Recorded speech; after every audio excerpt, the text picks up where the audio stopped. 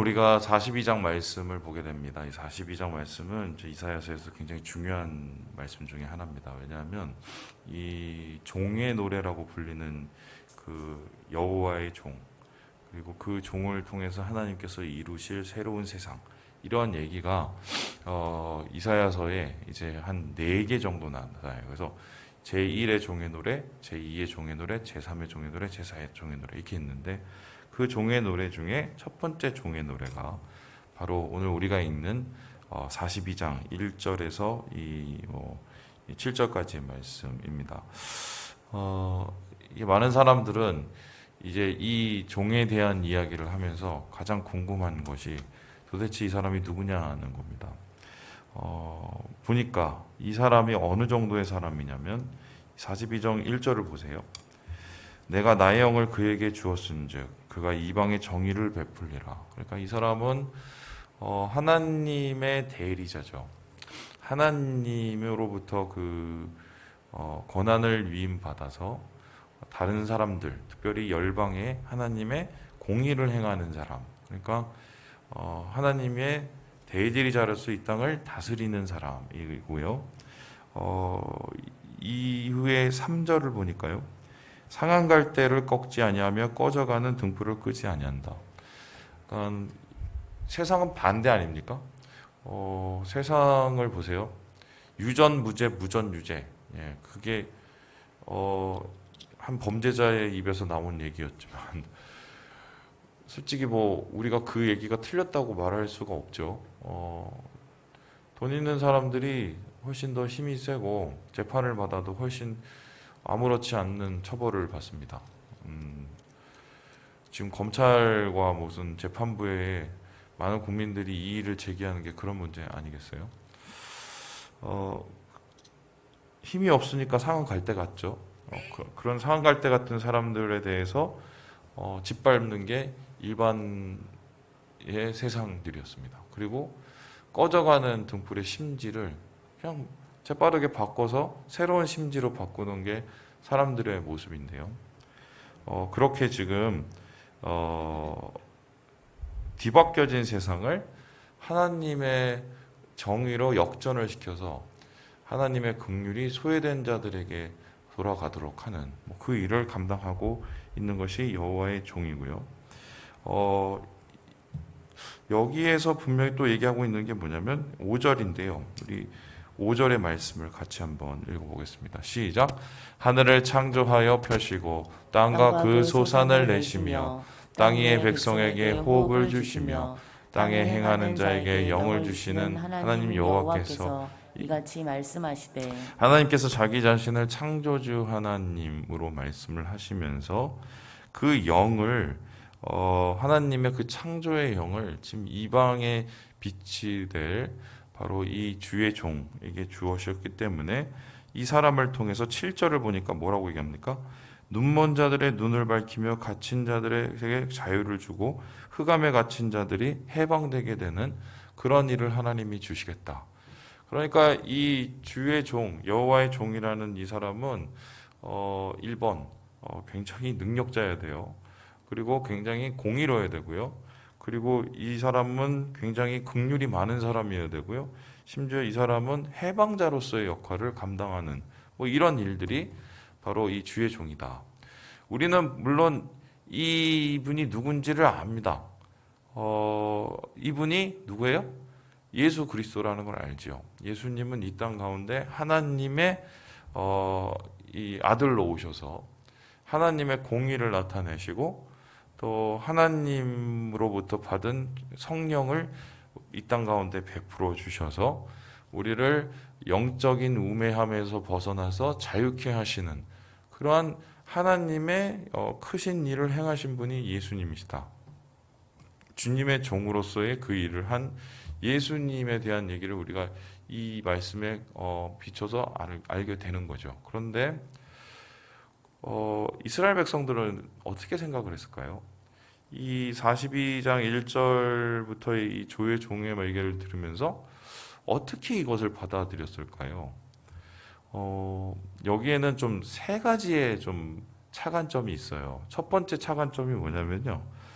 여기에서 나오는 주의 종이라는 것을 자신들을 지금 이 소위 말해서 이 바벨론의 소나기에서 건져서 구원시킬 그 구원자로 보게 되는 거예요. 그렇게 되면은 이 주의 종은 누구냐면은 이스라엘 백성을 바벨론에서 해방시켜서 다시 예루살렘으로 보내는 고레스가 돼요. 그러니까 세상의 주권자가 되어서 왕, 힘 있는 사람이 우리를 풀어주고 하나님의 대리자로서 우리에게 해방을 주는 그런 사람이 오겠구나. 그것을 가리켜서 바라보니까 나중에 고레스라는 이 페르시아 왕이 정권을 차지하고 나서 우리에게 그런 혜택을 줬으니 그가 바로 주의 종인가? 여호와의 종인가? 이렇게 생각을 했을 가능성이 있어요. 그런데 아시겠지만 이 고레스라는 사람은 하나님을 믿고 여호와를 신뢰하는 사람이 아니었습니다. 그는 그냥 페르시아 왕이었어요. 그냥 하나님께서 그를 사용하신 것은 맞지만 그를 통해서 하나님께서 무슨 하나님의 공의를 나타내실 만한 그런 대단한 일을 한 사람은 아니거든요. 그러면 세상의 주권자에게 여호와의 종, 주의 종을 찾았던 이스라엘 백성들의 생각은 그렇게 무너지게 되는 거죠.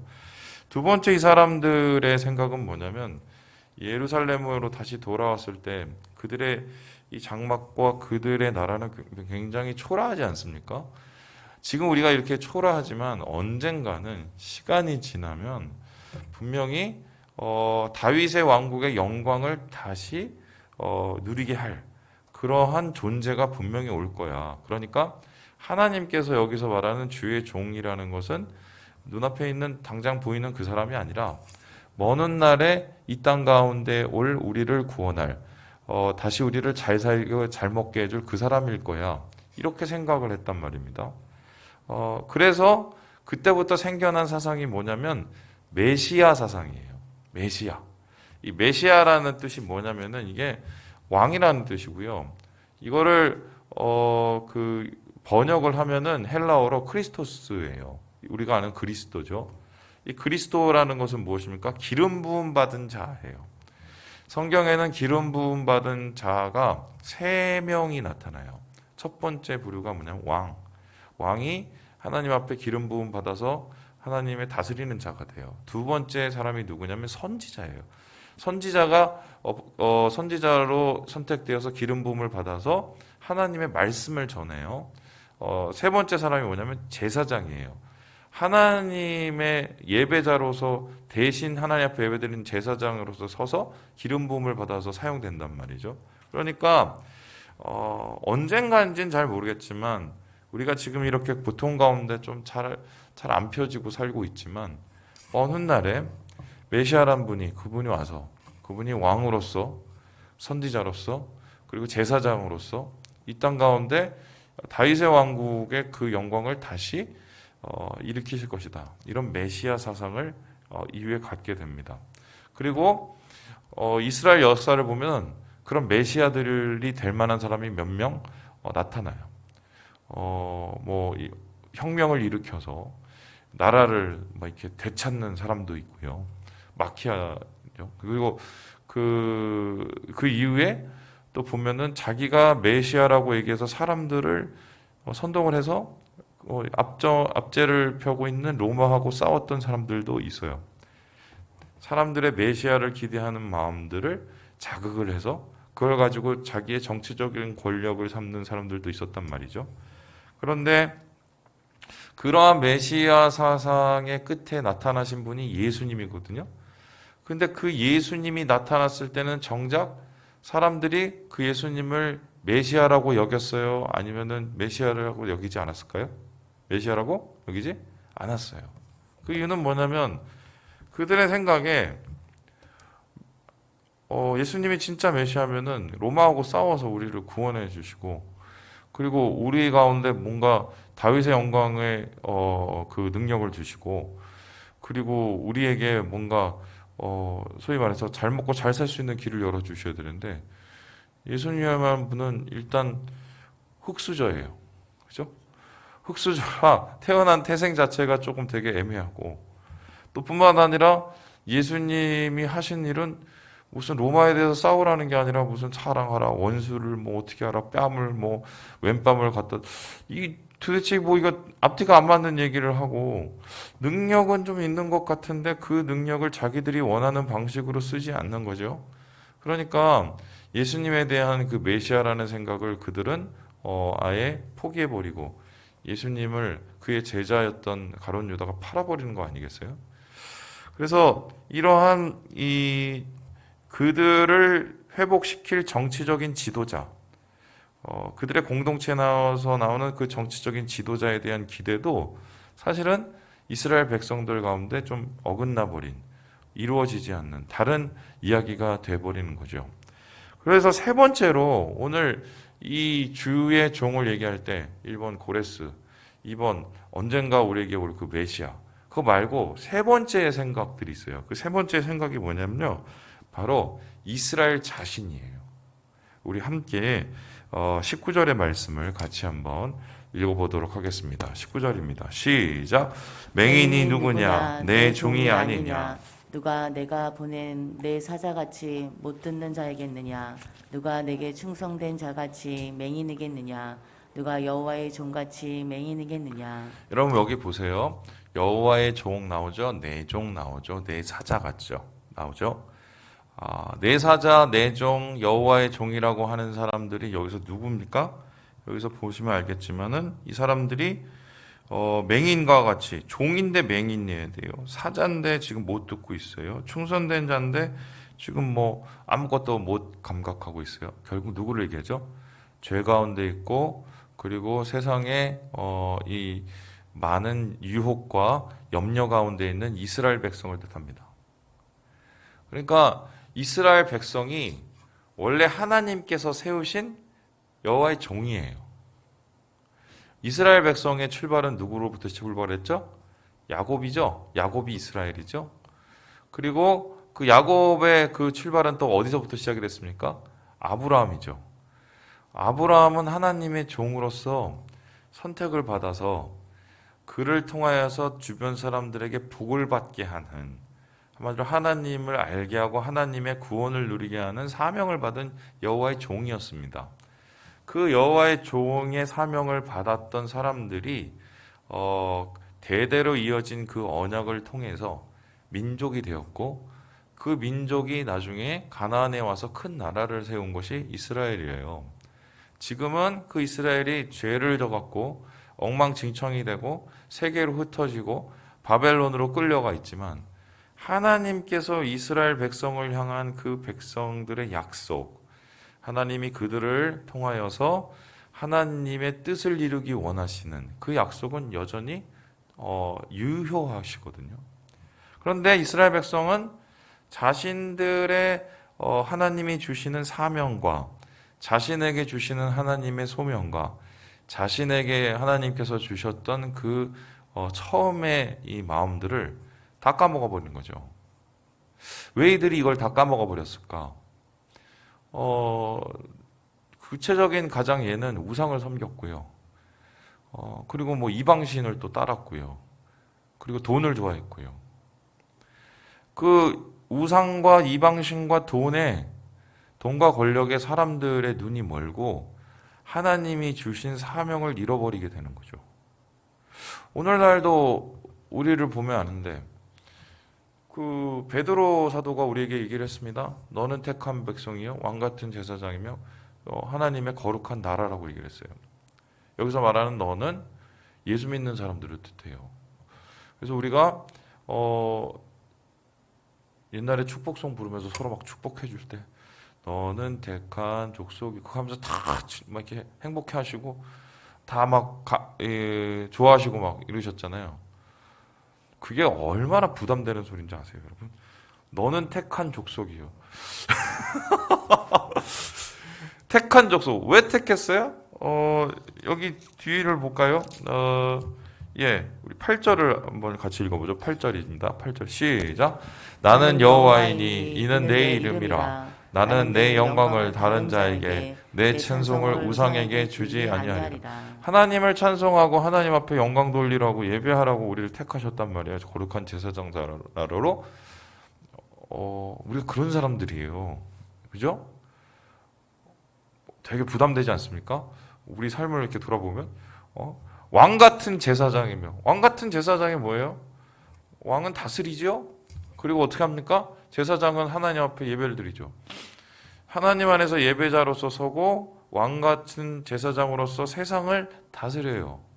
세상을 다스린다는 의미는 뭡니까? 세상에 영향력을 미치는 거예요. 하나님의 선한 영향력을 미쳐서 그 세상의 어둠 속에 있는 사람들에게 빛을 비추어 그들로 하여금 하나님의 다스림 안으로 들어올 수 있도록 하는 것이 바로 우리 그리스도인들이에요. 근데 우리가 솔직히 한번 우리의 모습을 생각해 봅시다. 영향을 줄 때가 많아요? 영향을 받을 때가 많아요? 예? 예, 우리 권사님 솔직하시네요. 감사합니다.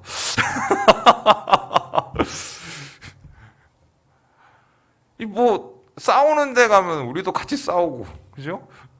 화내는 데 가면 우리도 같이 화내고 막, 그죠? 예. 또 뭐 소위 말해서 좀 뭔가 이기적으로 구는 데 가면 우리도 같이 다 이기적이 돼 버리고. 영향을 주기보다는 영향을 받기가 이게 우리의 현 주소죠. 그리고 어떻게 합니까? 거룩한 나라요. 거룩한 나라는 건 뭡니까? 하나님께서 이스라엘 백성을 왜 가나안에다 박아 놓으셨겠어요? 그 가나안이라는 나라가 우상 숭배하는 나라인데 그 땅에 이 이스라엘 백성을 박아 놓으셔서 주변에 있는 사람들에게 하나님 섬기는 사람들이 어떤 모습인지 보게 하는 거죠. 일종의 세상의 빛으로 삼으신 거죠. 그래서 그 빛을 보고 사람들이 그 빛을 따라오도록 만들게 하는 게 바로 거룩한 하나님의 나라란 말입니다. 우리가 그런 빛의 모습으로 살아가고 있느냐? 사실 이 19절에 나오는 맹인이 누구냐? 못 듣는 사람이 누구냐라고 이야기하는 게 그게 바로 너희들 아니냐? 근데 너희들 원래 종 아니냐? 근데 왜 종이 이렇게 사냐? 이렇게 얘기하시는 게 사실 이스라엘 향한 얘기일 수도 있지만 오늘날 우리를 향한 하나님의 얘기일 수도 있단 말입니다. 그래서 우리가 결론은 뭐냐면 사명을 잃어버려서 우리는 여호와의 종이 된 게 아니라 세상의 종이 되어버리고 돈의 종이 되어버리죠. 지금 이스라엘 백성도 그 사명과 소명을 잃어버리고 세상의 유혹에 넘어져 버려서 지금 완전히 종과 포로의 모습으로 떨어져 있단 말이죠. 자, 이러한 우매한 백성들을 주님께서 불쌍히 여기셔서 예수 그리스도를 보내신 거예요. 진정한 주님의 종으로서의 예수님을 이 땅 가운데 보내셔서 주님의 백성, 하나님의 종들을 그 사명을 다시 깨닫게 하시고 그들의 잃어버린 거룩함을 다시 한번 재차 깨닫게 하셔서 주님의 길로 돌아오게 만드시는 이 일을 한 것이 진짜 주의 종 예수 그리스도이십니다. 그리고 주의 종 예수 그리스도의 그 인도하심을 따라 다시 거룩한 나라로 거룩한 백성으로 또 다시 왕 같은 제사장의 그 소명을 발견하고 주님 앞에 나아가는 세상 속에서 빛을 비추는 그 역할을 감당해야 되는 게 이스라엘 백성이요. 바로 오늘날 우리 영적인 이스라엘 백성 그리스도인이라고 할 수 있겠죠. 그래서 저는 오늘 이 42장의 말씀을 읽으면서 그런 생각을 해봐요. 영적인 부담감? 예. 예수 믿는 사람은 좀 그런 게 있어야 돼요. 영적인 부담감. 우리가 왜 하고 싶은 말을 참습니까? 우리가 왜 싸우고 싶은 싸움을 못 싸우고 그냥 멈출까요? 우리가 왜 누려야 될 권리들을 때로는 쉽게 포기할까요? 여호와의 종으로서 사는 영적인 부담감 때문입니다. 제가 옛날 스파이더맨 영화를 보는데 그 얘기하고 마칠게요. 스파이더맨 아시죠? 막 이렇게 쫙 하면 막 손에서 막 거미줄 날라다니고 막 날라다니는 막 이런 걔 아시죠? 걔가 막 그 영화를 보면 막 힘이 막 생기고 그러는데 그 삼촌이 걔가 이제 그 힘이 있다는 걸 뭐 알게 된다 그랬어요. 근데 그 삼촌이 그 스파이더맨한테 뭐라고 그러냐면 그래요. 큰 힘은 큰 책임을 필요로 한다. 우리에게 주신 하나님의 능력을 우리가 잘 먹고 잘 살고 우리가 잘 되고 거기에 써야 되는 게 아니라 하나님이 주신 영적인 부담감, 거룩한 세상을 향한 사명감으로 우리가 그것을 감당해야 이게 정말 이방의 빛으로 빛날 수 있다. 오늘 이러한 하나님의 우리를 향한 메시지, 그리고 우리 먼저 예수 그리스도의 그 길을 가신 주님과 또 많은 우리 신앙의 선배들을 기억하시면서 주님 안에서의 진짜 주회장으로 오늘 거듭나시고 또한 주의 길을 걸어가시는 우리 모두가 됩시다.